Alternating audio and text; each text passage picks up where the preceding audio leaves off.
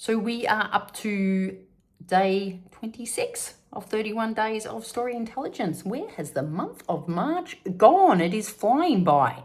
So today I wanted to talk to you about the role AI can play with your storytelling book. So my book, Story Intelligence, it's ultimately a storytelling book, but the tagline, The Craft of Authentic Storytelling Made Smarter with AI, gives you a little bit of an indication that I do talk about AI in the book.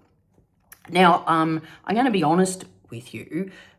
When about 2 years ago, I would be running storytelling workshops and I would have people say to me, will AI replace storytelling? I was like, oh my God, absolutely not. The question actually horrified me. But I had more and more people ask me, can you use AI to help with your stories? Now, my initial reaction was like, no, that won't be authentic. That will be cheating. No, never do that.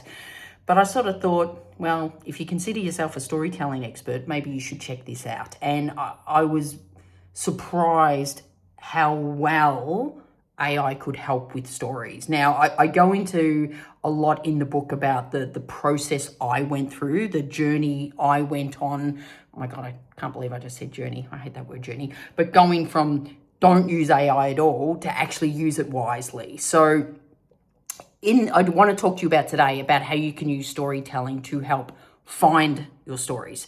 Tomorrow, I'll do another video on refine your story. So literally use AI as your storytelling coach. So sort of making myself redundant, but that's okay.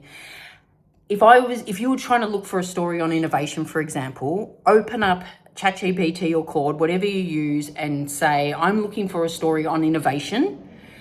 Can you act as my storytelling coach and ask me questions to help uncover stories?